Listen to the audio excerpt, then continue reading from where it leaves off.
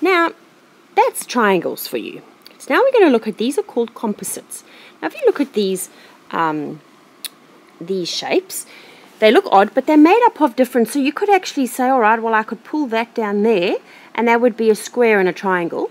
And you know how to work out a square, so you would work that out. And you know how to work a triangle, so you would work that out.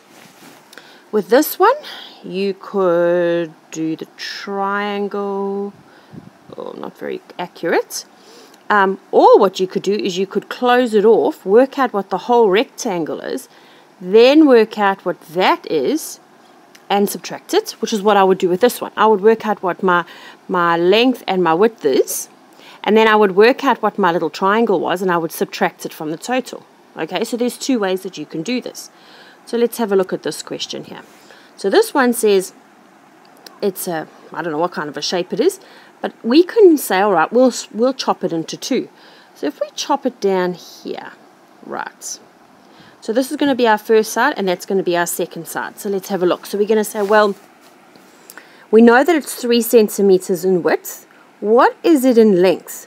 Well, from there to there, I'll just draw there, is 2 centimeters, and from there to there is 3 centimeters. So 2 plus 3 gives you 5. So it's 3 times 5 gives you 15. So we know that this area here is 15 centimeters squared. Now we have to do this one. We know this whole line is 6 centimeters, okay?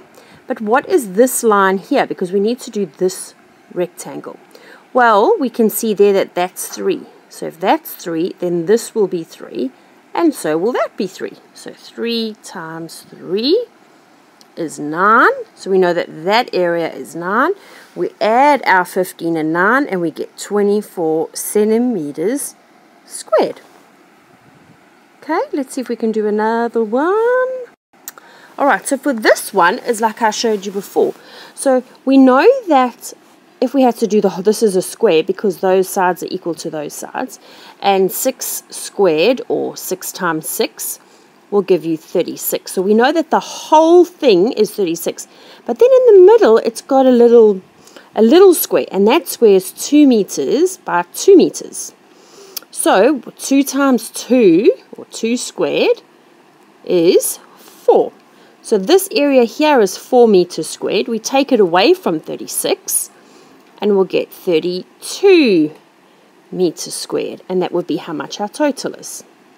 Alright, so go ahead, have some fun, and see what you can do.